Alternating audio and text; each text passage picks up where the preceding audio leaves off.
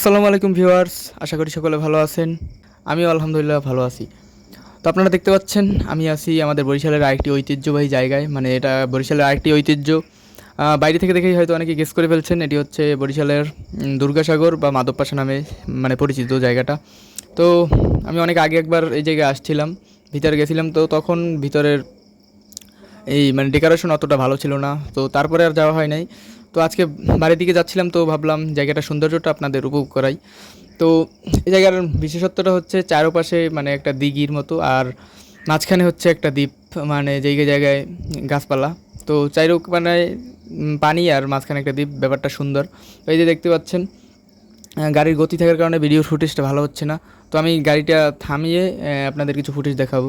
তো এই যে দেখতে পাচ্ছেন, এই হচ্ছে সেই দ্বীপ, মানে চারোকানায় পানি আর মাঝখানে হচ্ছে ওই দ্বীপটা। তো জানতাম যে ওই জায়গায় হয়তো মানুষজন যায় না, আগে আমি জানতাম যা, এখন হয়তো বা যায়। তো এই ভিডিওটা এই পর্যন্তই ছিল, দেখা হবে নেক্সট কোনো ভিডিওতে। আল্লাহ হাফেজ।